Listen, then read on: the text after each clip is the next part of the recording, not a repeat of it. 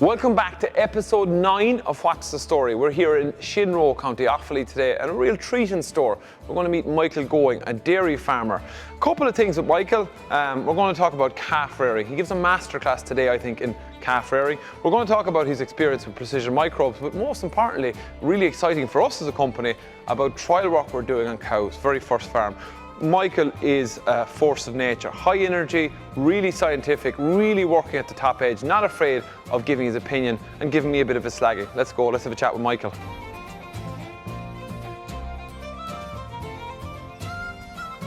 We're down here in Shinrow, County Offaly with Michael Gowing for What's the Story. Michael, first of all, thank you very much for having us on farm this morning. You're welcome here. Not my first time down here. You dread me probably arriving on, what's he coming with today? And now I came with a camera today. True. Listen, Michael, I suppose I've enjoyed my visits, right? You're a very straight talking, very efficient, really have your finger on the pulse with agriculture here on the farm and what's happening. So I suppose I'm not going to be telling people who you are. It's better if you tell them. Who is Michael Gowing? Well, hello, Tommy.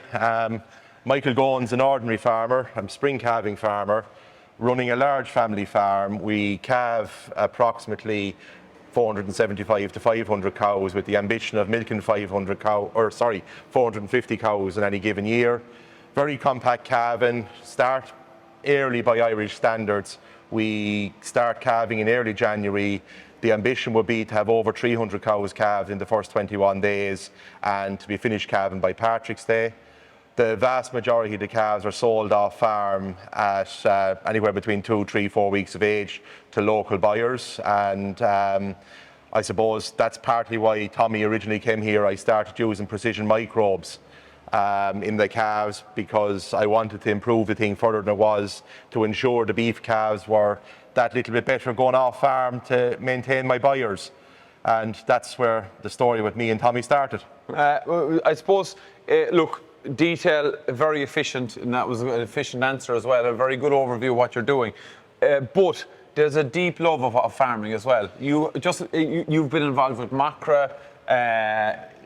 Farming as a whole is very important to you. Something that I found interesting, Mike, when I came down here. Yeah, well, farming, I suppose there's many generations of farming in my family on both sides, and a lot of my aunts and uncles and cousins are all involved in agriculture as well.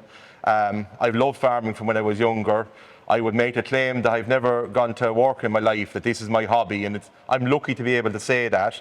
And no, I enjoy what I do, and I love cows. I like a lot of the science around cows, and I'm lucky that what I like doing is able to make my family a livelihood. What's interesting as well, you've done a bit of extra qualifications around feeding cows and nutrition, haven't you? Yeah, look, every farmer out there is always progressing. It can be something as simple as a hoof pairing course. It can be an AI course. I've done courses on nutrition. Primarily for my use in my own farm. I just find it very, very interesting.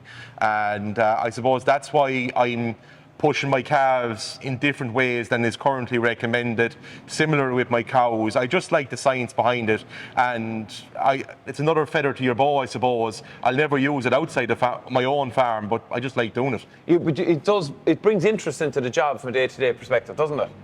It can change a perspective, and like, knowledge is never a burden. It's something that you can carry with you through life, and you won't use it on any given day, but when you do use it, at least you have it there in your filing cabinet somewhere in the back of your head. Sometimes it can be hard to find it, all right, but it works, and I think it benefits the farm, and it benefits me mentally as well.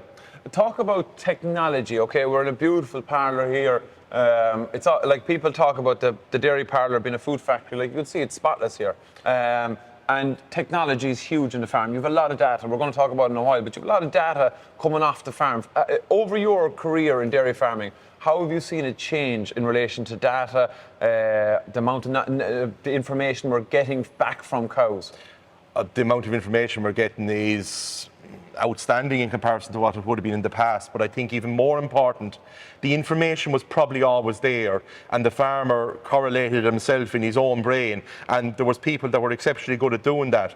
But what I think is very interesting now is, because of the use of computers, because of the use of collars on cows, automatic feeder, all the automation that's involved around farms, not alone are we able to gather the information, but we're able to utilise it a lot easier, and it's at our fingertips. Let that be that it's at your PC or it's out on your phone. It just makes life that bit easier, and I think that has helped Irish farmers increase their herd size and remain efficient at the same time. Labour is obviously a problem, but when you're able to spend less time, for example, at heat detection and still guarantee the correct results, that's a valuable asset. Or if it's rumination or the movement of a cow for the health of the cow. So it's not all about having the data, it's what way you're able to use it.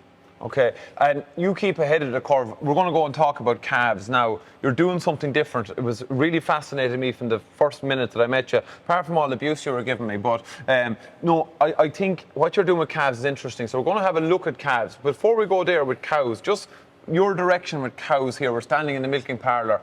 You know, where will you be thinking when we talk about genetics maybe and the future of the type of cow yield-wise? What are you thinking? Now, don't worry about the industry, but what's Michael thinking over the next 10 years? When I first came to this farm, there was a good herd of cows on it.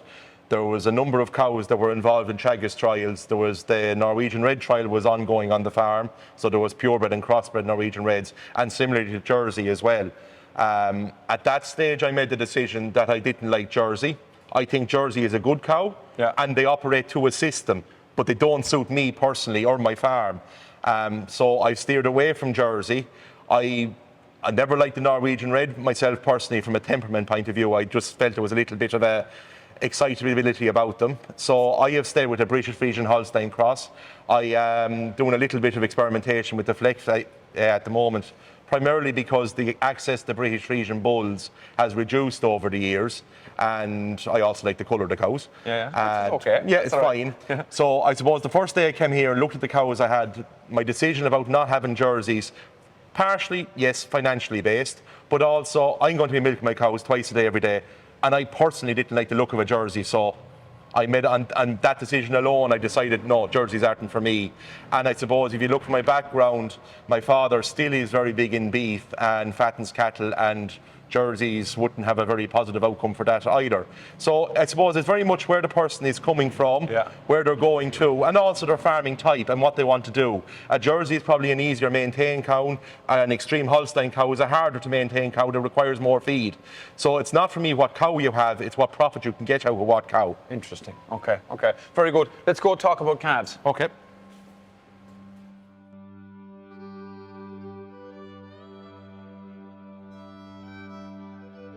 Okay, so calf rearing, right? Yep. From the first time I was here, I'm quite passionate about calf rearing. I visit a lot of farms. I was impressed with what you're doing.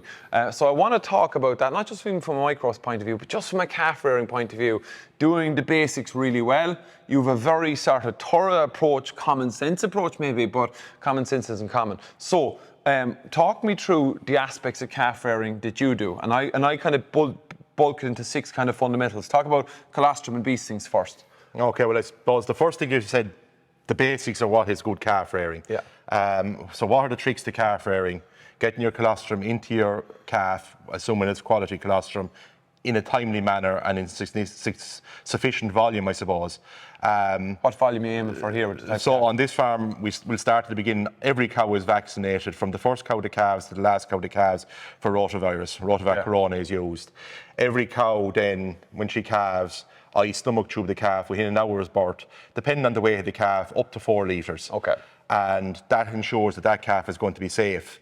Okay. And she's got her beastings. If the calf gets up and sucks afterwards, fine, I've no problem with that. But the calf is taken care of. And I suppose the other major important thing I would see in the calving shed is straw. Loads of clean straw. It's an expensive commodity these days, but I think it's very important for the calf to give it a good start and to get it going. And similarly, when you move it out then, to ensure that the calf is dry and comfortable. If a calf is nuzzled down into the straw and it's half hidden, you're on the right path. I'm smiling because the first time I met you was actually over in the calving shed. You were calving a cow. Yeah. And you have no calving jack in the farm. 400 plus cows, no calving jack. Every gate is set up in your calving shed. We can't see it now because it's the middle of summer. Every gate is set up to aid you in calving if you want. Minimal intervention, obviously, but you have the gate set up as zebras, haven't you? Yeah, I suppose it's something that I would have picked up from my father. Calving jacks are a very useful tool, and get a lot of people out of a lot of trouble, but they can get people into trouble as well. I use a rope around the calf. I have long ropes around their leg. If I have to pull a calf, put around the gate, and I'm lying up against the gate, my back is straight, I'm using the strongest muscles in your body, which are your legs, and I can put on sufficient force, but at the same time I'm not levering against the back legs of the cow, which often a pinch point and causes paralysis. So it avoids that probability. Okay, it's good. It was just funny, we met that's where we met the first time. That was an interesting perspective. So colostrum covered, loads of straw. Let's talk about managing calves, particularly with feeding. So when we look at feeding calves, I'm sort of this biological idea that, you know, this is what happens normally. So the further you go away from biology, the more stress that's going to be there.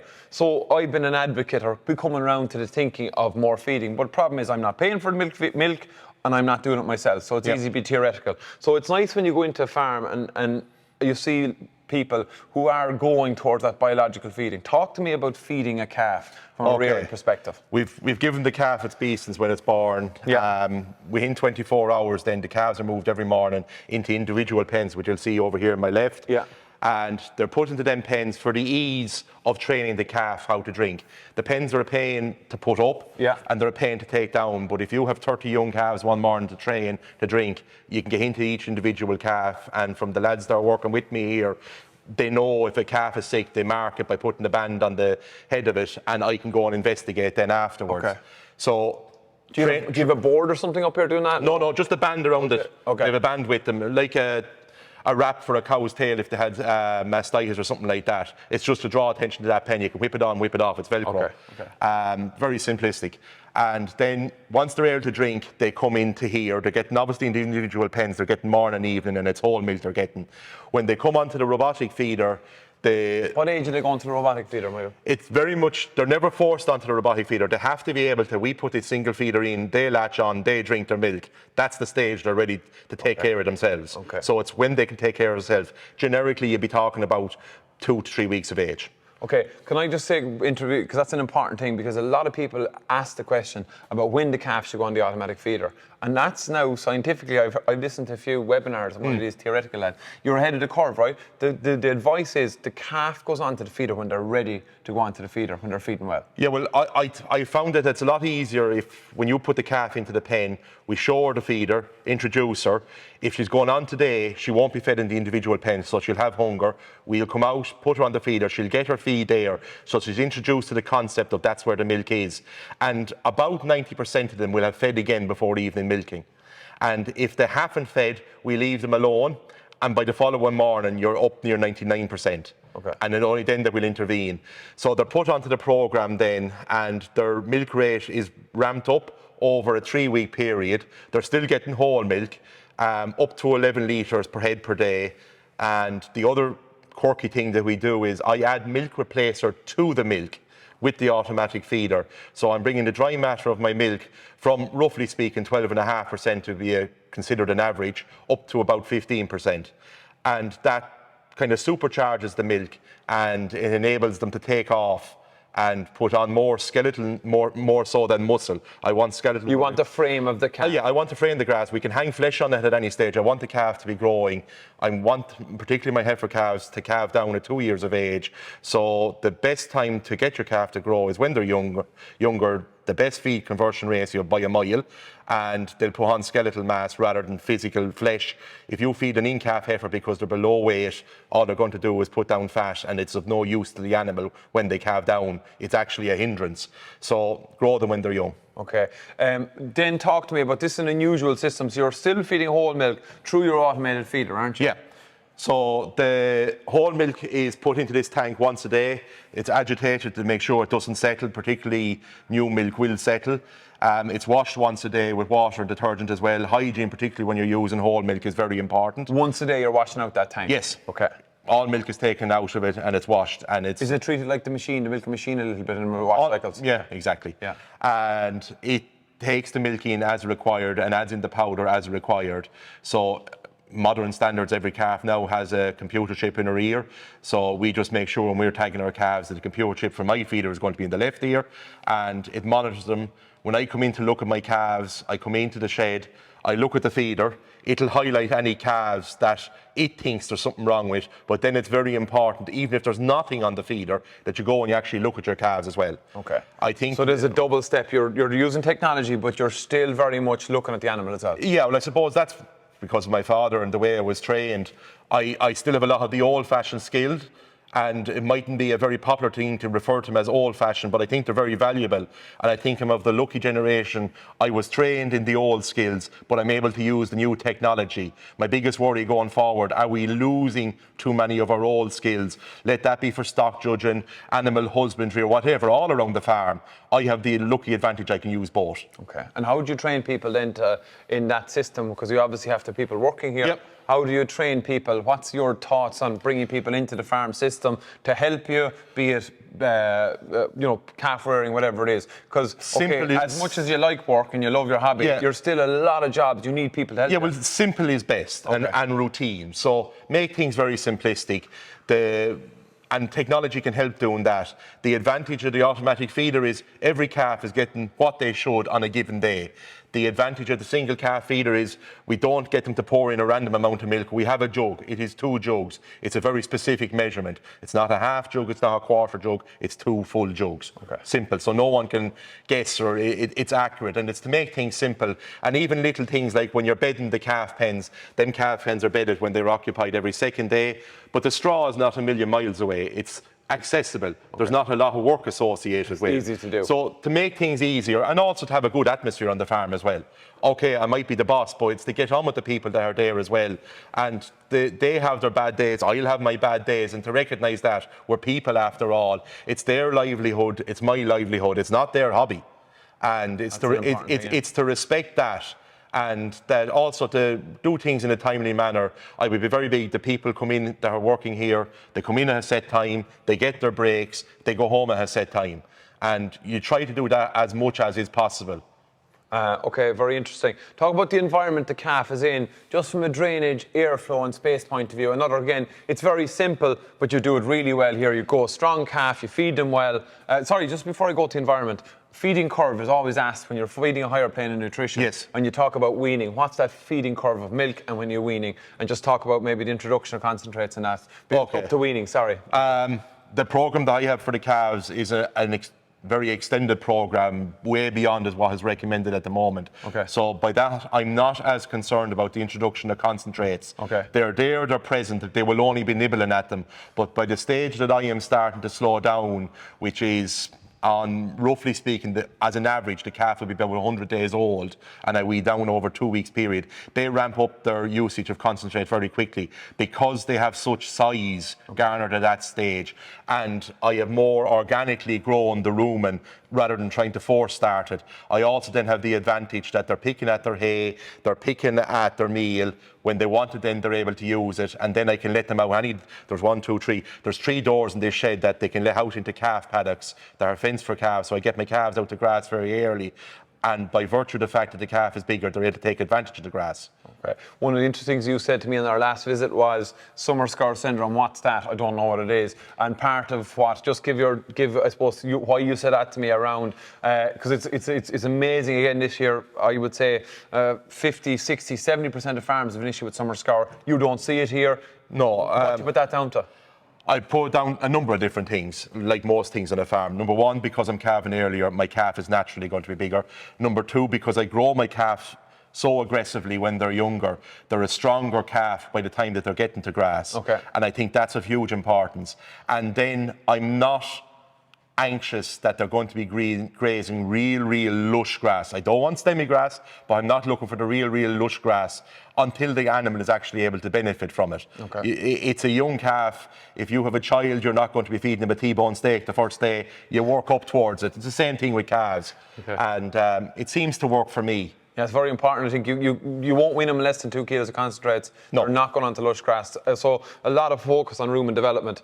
Environmental conditions for the calf. Just talk a little bit about the shed, setting up the shed for calves. You mentioned straw, everything I can see by the shed here, drainage-wise. One thing that people would look at, and maybe I'd look at a shed and walk in and say, ventilation. How are you getting over ventilation in this shed? Okay. It's quite well, cool then. The first thing, any livestock shed in a calf is no different. If you walk into the shed and you can't smell ammonia, you're doing something right. And that's a great starting point. Like any calf shed, no drafts. Drafts up at a high level, perfect. Drafts down at a low level, bad. Very simplistic. Drainage, keep the ground as dry as you can. It'll prolong the effectiveness of the straw and keep the calf dry as well.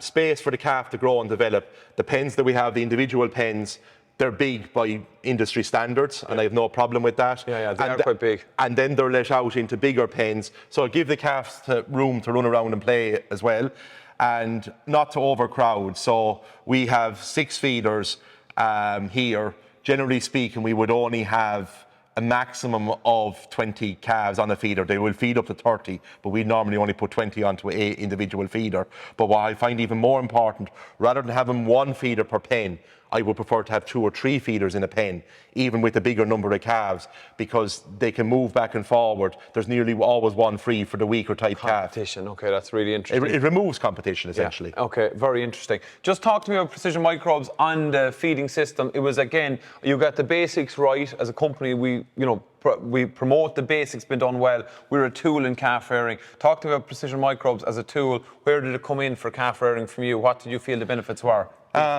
Precision microbes, they came on the market. I played with them the first year. Probably didn't use them effectively enough, in my opinion. And the second year, I said I was going to try these properly. I had seen some improvements, but nothing dramatic. The second year, I gave it a fairer shot. I was very happy with what I saw, particularly in my Frisian heifers, which are the calves that are going to be kept here the longest, so it's easier for me to see the improvements. It won't remove sickness. It won't remove the need to be looking after your calf properly. But any time the calf is challenged, they seem to get over the problem quicker. The amount of antibiotics that I've used has vastly reduced. Well over 50% reduction. And I would also say that if a calf gets an issue, whatever it be, let it be a touch of pneumonia, let it be a touch of a scour, whatever it would be, I'm as likely to give him a shot of precision microbes above the additional rate as an antibiotic, and sometimes both, but they seem to recover a lot quicker. So they lose less ground, and you don't have this weaker calf in the field that's lagging behind. And that's a huge advantage when you're trying to move the entire group of heifers on at the one stage. The future of your farm. Yeah. That being in mind, you came to me a couple of months ago, and we're going to chat now next about it. You said, okay, there's something in what you're doing here. What can we do for cows? And we started a bit of a trial. We did.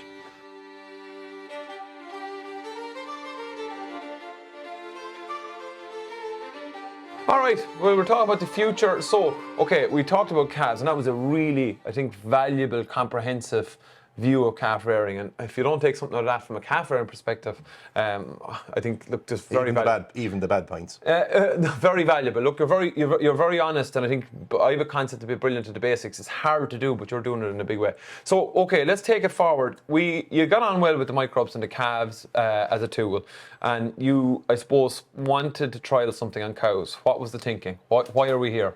Why are we going to be talking about cows? Well, look, as I said earlier on, I'm big into science. I like science. One of the frustrating things I would find about precision microbes is it's a little bit of witchcraft, you could say, because it's hard to know exactly what it's doing, or there's no real science out in the marketplace about it, even though we all accept the product is working. So I wanted to see, could I emulate what was happening in my calves with my cows? Obviously, they're under stress as well. They're attacked by many different microbes or bacteria or viruses. So by feeding it to them, could we improve a number of different things? Cell count, rumination, heat, conception, all them things, digestion across the herd as well. I just thought it was something that was interesting. Okay, to give people background, I suppose I'm not taking offence to we've no science, but I would have done a lot of the trial work. I know where you're coming from. The deep metabolomic science of the microbes is something I suppose we're still understanding ourselves as a company. We know what we're doing. The trial work is all my trial work, but we now have, I suppose, TUS and Athlone as well involved. So we'll continuously be driving to produce more scientific data. One thing as a company we have done is, I suppose, on farm, put the product in and see what the digging is. And this is what this trial is about. Just to give people an idea as well, the product we're using here is slightly different to the calf product. We can't use Enterococcus lactis. Okay, so we all agreed that Jockster was the one to drive the van, if anyone remembers that. We all agreed that we were going to do a trial here, okay? And we then had to look at how we're going to get the product in. Talk about how we got the product in. Well, obviously, looking at the calves is very simplistic. Yeah. They were getting their feed and there was hands off, it could happen automatically. That's what I would strive to do with the cows as well. You were very in favour of a cow getting a repetitive dose on a daily basis. I didn't fancy going and catching the cows every day on a daily basis, nor I don't think I could convince anyone to do that. So the other system that I have here is Terra Farm Services have a water system here. They're giving their minerals through the water on a daily basis. Fertility minerals and also then your magnesium at different times of the year. So we spoke to Pádraig in Terra and he was willing to come on board and investigate. So alongside that, their system was able to take more pumps into the equation, and we have put precision microbes in through the water on a very controlled basis as well, per head per day, and it's working very well. And we took the precaution of adding in an acid then to make sure that no biofilms developed in the water because of the addition of precision microbes. And it's, look, we're on our third IBC at this stage and it seems to be working well. I've had no problems with the waters, and there's many interesting results starting to develop. Before we get into results, one thing we've observed, and I've observed as somebody who I think is very passionate about not just the microbes but the whole science of farming, is water has been a missed probably input on farm a lot of times. And I think we love our product and we think we're doing good things, but the actual acid, the water treatment is probably part of the story here as well. Something that I think it's an observation for me, precision microbes, Terra, and even yourself, that like water quality has improved on farm from that. Very much so. I'm lucky. I have 2-3 main wells for the cows. They're clean. You can drink them. They've been tested and everything like that. But what I would have noticed in water troughs is large herds have got bigger. Water troughs have got bigger, and a vast quantity of water is left sitting until the cows next visit the herd, that particular field again. So you'd notice green algae growing, but since the addition of acid, my water remains clean. There was a discussion group here approximately 3-4 weeks ago, and they commented on the number of water troughs that they were around, how clean the water looked in it. It visibly looks cleaner, and that definitely can't be any harm, particularly when you consider the volume of water a cow will drink. Yeah, because what we remember is we always, and again, we test at source, but we have to remember water goes through pipes all out around the farm, and you build a biofilm. Okay, let's talk data, right? Let's talk about what we've observed. You're better in dates and times. We're probably 12 weeks in. Are we 12 weeks in now at this stage? We're April, May, June. Yeah, we're a little bit over. Yeah, a little bit over 12 weeks. So what were your observations? Okay, for the purists here, they're year-to-year observations. Yes. What is interesting is, how many cows have you again? We're milking 450. Yeah, but you with all this data, there's a bit of a computer in there behind the eyes as well. You know your cows very much on an individual basis as well. Yeah, well, as it's gone back, and people might laugh at, but yes, this is my hobby. I have a personal attachment, and I'm good with cows, and I'm good with numbers, so I'm able to correlate them together. But when we started feeding the product, Tommy told me that it would be 3-4 weeks before I see anything major. I can manage your expectations now. True. But I started noticing relatively quick. Probably the first thing that I noticed, because of the system that I have here on the farm, that each individual cow is monitored across a wide range of different data points. Could you explain to people what those data points are? Okay, every cow has a collar which is linked to the parlour as well. So every cow is milk recorded every day, twice a day. Her conductivity or milk is taken every day, twice a day. The movement of the cow is continually being monitored. Her rumination is being continually monitored, and her heat detection also continually monitored. Okay. But then on top of that, all that data is brought together and it's put into a group reading as well. So the first thing I noticed was on the group reading, we had a very, very difficult spring. The weather didn't oblige us at all, so growth patterns were a little bit all over the place. We would have been buffer feeding for longer than we wanted. I headed into my breeding season, which starts for me in the 1st of April, not what weather I wanted, and chopping and changing because of the weather pattern. But my rumination, after starting to feed it, after approximately a week, it improved. But what I noticed then, it became very dormant, no matter what I did with the diet of the cows, because of the weather. So if the cows had to come in at night, if I was buffer feeding with silage or your own a gold or beet or whatever it was at given times, it remained very static, whereas previous years I would have seen extreme fluctuations because of weather patterns, because of the dry matter of grass. But the product seems to have been able to maintain the cow's stomach at a very stable point, which obviously should have benefits in the long term. Yeah. And it also then, I would correlate looking at the co-op reports, my solids became more steady as well. Okay. They weren't fluctuating with what I was doing with their diet. Okay. They became more steady as well. Then the next thing I noticed was the cow's hooves. I do my own hoof pairing here. It's not going to get rid of problems. If you have mortallara, a cow will get mortallara. If you have if you have white line disease, it won't get rid of it. Yeah. But what it is doing, it's leaving the cows in a healthier state. The hooves are that bit harder, and less cows are getting them problems. But if they have it, it won't cure it. But there's less of them getting, and that's good from a herd point of view. And we were in breeding season, and the thing that I probably noticed and got great excitement about originally was the heat detection system. Can you show us that on the computer? Would you mind? I can, so people, we can bring it to life. So this is your herd management software, looking at all the cow data here that you're bringing up. Yeah. And what you're going to bring up is, just as an example, a cow or two that, you know, what the colours are showing you. Yep. And what you previously have seen. Again, this is year-to-year data, and people will say, and I've been dealing with this for since I've been involved with precision microbes. Look, it's observational data from the trial, which to us is really important. But what are you seeing? So this is a particular cow. Thankfully, I'm finished serving cows at this stage, and there's no cow bulling today. Okay. So that's a great thing. So this is a cow that was bulling 3 days ago. Okay. And before I started feeding precision microbes to the herd of cows, this is the movement of the cow. She was bulling 21 days ago. She was bulling again yesterday, and they're the spikes. The old spikes would have only come up mid-point on the screen, whereas the spikes now, for a cow that is truly in heat, rockets up above and off the screen and comes back down. So the strength of their heats has been improved. And once again, if you look at the weather that we had this year, that shouldn't have been the case. There should have been more silent heats. There should be more problems with heat detection. So I have noticed that the strength of the heat, despite the weather challenge, despite the feeding challenge, has improved. Okay. And that, at the time, early on in the first 3 weeks, I was saying that's going to lead to a higher conception rate. Logically, it should. And as it has transpired, it has. The example that I would use primarily is, because it's a very controlled group, I had 6 semen trial on 93 heifers with a synchronized program. Yeah. And so that creates challenge, sex, synchronized, and heifers. Yes, and also because it was the 1st of April and it was teeming rain, I made the decision, I left them in. Okay. So they were served inside as well. Okay. And they were in for approximately 10 days afterwards as well. And traditionally, I would have expected I would be happy above 60%. I would expect to be above 65%.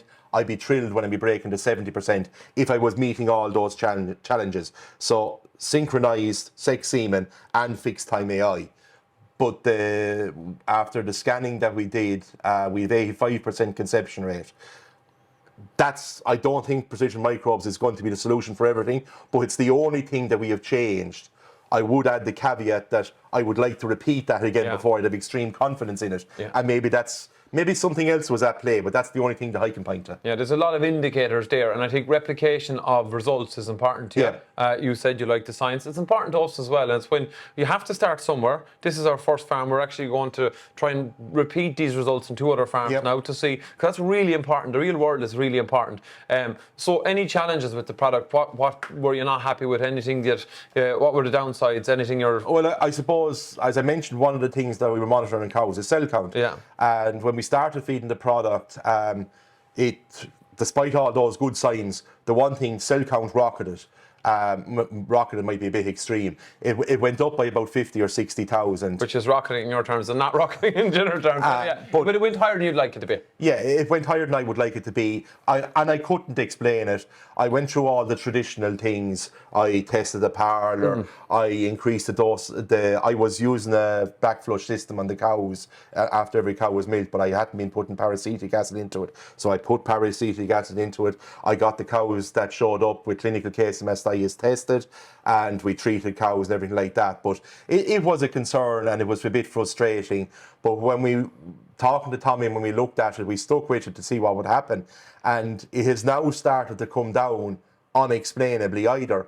And Well, I did say from my experience, what I might be seeing was the type of cow that, if the product is working on the immune system, like we may be thinking it is, the type of cow that you were seeing would probably be high cell count cows with microabscesses, meaning that there's an exposure to kind of wall-off infections that will initially lead to a rise in infection. I've seen it previously work with mastitis vaccines and trials where the same sort of effect is occurring, well, not similar, but similar-ish in relation to immune exposure. In layman terms, the way I would put it would be that I think what happened was any case of mastitis that I was going to get for the next 3 to 4 weeks that was brewing in the herd, I triggered them because I increased the immune system in the cow essentially. I gave it a jolt start and it picked a fight with all the potential problems.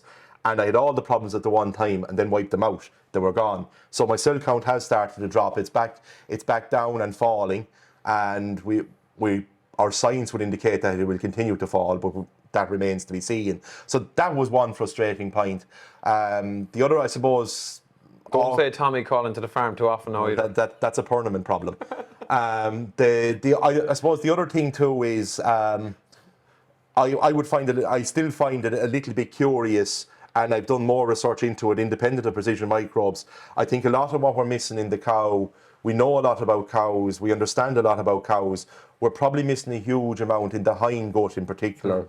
And I think that's the new frontier, to use a Star Trek terminology on it. And I think that's where we're going at in the future. It'll all boil down to, will these results be repeated? Can they be repeated? And then the commercial aspect, which thankfully I don't have to worry about for the moment, but the commercial aspect and what it costs, and is there a risk-reward benefit? Absolutely, and there has to be, or it won't work. But I didn't, first of all, have you down as a Trekkie, but anyway, that's another day's work.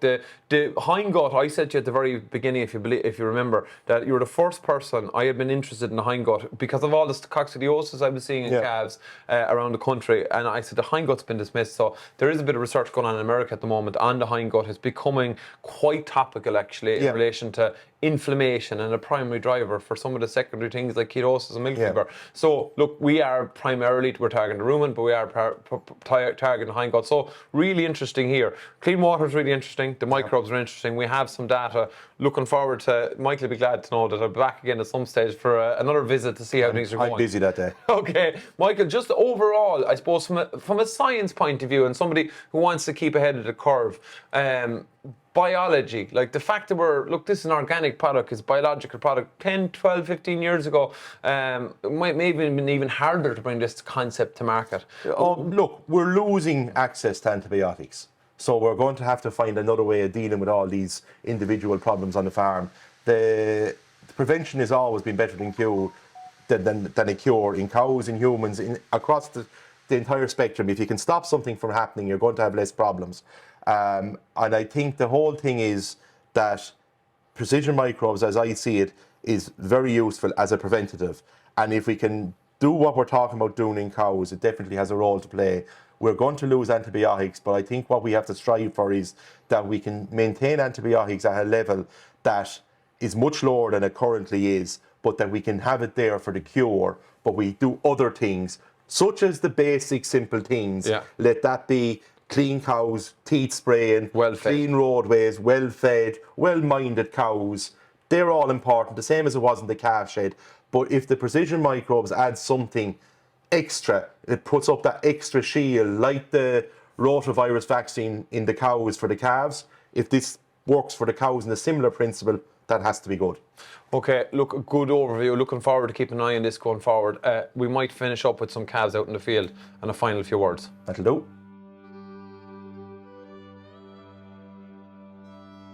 Michael, look, I suppose this is the first time we've been out with livestock. These are your January-born heifers, fabulous stock. I mean, they're exactly where you want them to be. No, look, you can always do better. So no, they're not exactly where you want them to be. But I'm happy. They're relatively uniform. They're healthy, which is always a major asset. What would I like different than them at the moment? Obviously, I'd always like more size. I like a large cow. I like a large calf. For January-born calves, they would be well ahead of the curve now. They are, but sure, you never settle on your laurels. You try and move forward. Okay, I always want to be better. All right, it's fair.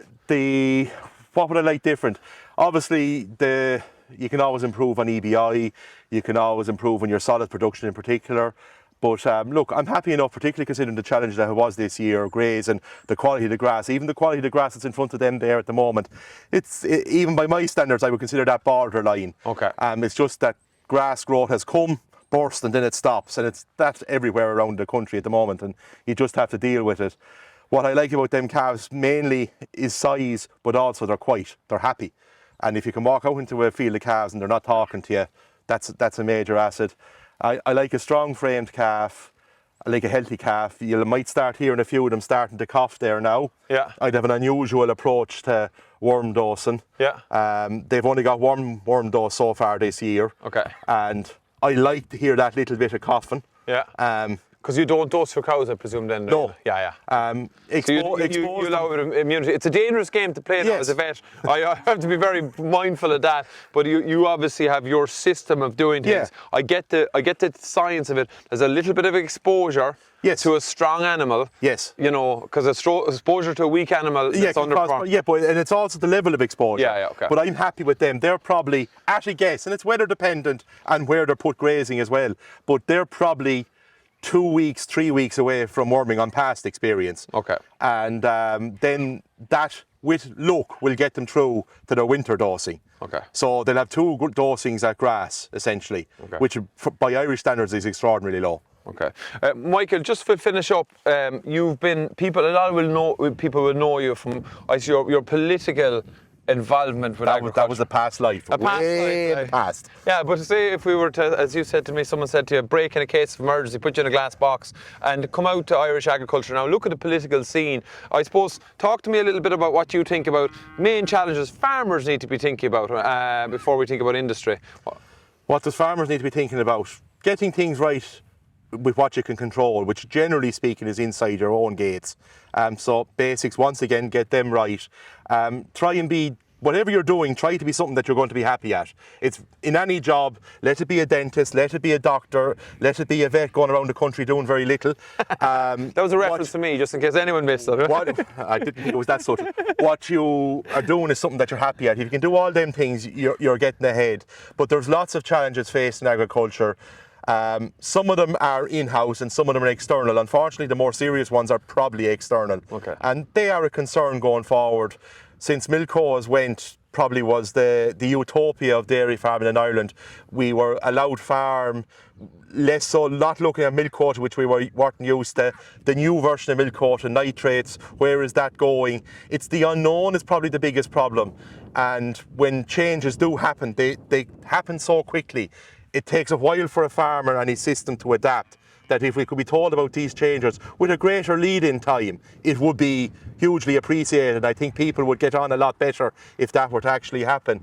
So the external changes are a worry, and I suppose the fact that we're still represented by a number of organisations as farmers, but as a lobby group, farmers, there's less of us, so we're not as vocal as we used to be. Our voice, maybe even if it is as vocal, it's not heard as much, and that's a concern as well. Like, we are the largest indigenous industry within the country and we deserve to be respected, but we have to respect the changes as well, the environmental changes. We have to do our part, but they have to be structured in such a way that they make sense. Some of the changes that we're being asked to do, I question whether they're going to deliver what they're meant to deliver.